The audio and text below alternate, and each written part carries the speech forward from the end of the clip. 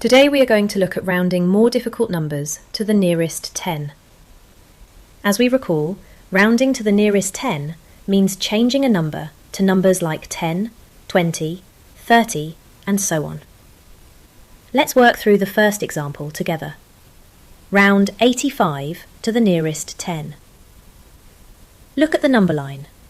We can see that 85 sits between 80 and 90.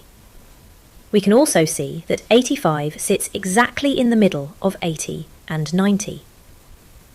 When rounding to the nearest 10, if the number sits exactly in the middle of the numbers above and below it, rounded to the nearest 10, we always round up. This means that 85, rounded to the nearest 10, is 90. Let's have a look at the second example. Round 96 to the nearest 10. We can see that 96 sits between 90 and 100. Since 96 is closer to 100, we round it up to 100.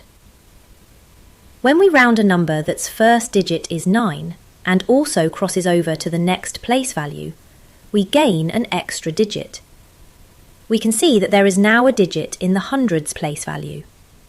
Because of this, we write a 1 in the hundreds place value and replace the tens and ones place value with zeros. So, 96 rounded to the nearest 10 is 100. Let's have a look at the third example. Round 395 to the nearest 10. We can see that 395 sits between 390 and 400. Since 395 sits exactly between 390 and 400, we round up to 400. We can see that the hundreds digit changed from a 3 to a 4. This is because when we round 95 to the nearest 10, we get 100. This means the hundreds place value increases by 1, and the tens and ones place value get replaced with zeros. So, 395 rounded to the nearest 10 is 400. Now it's your turn.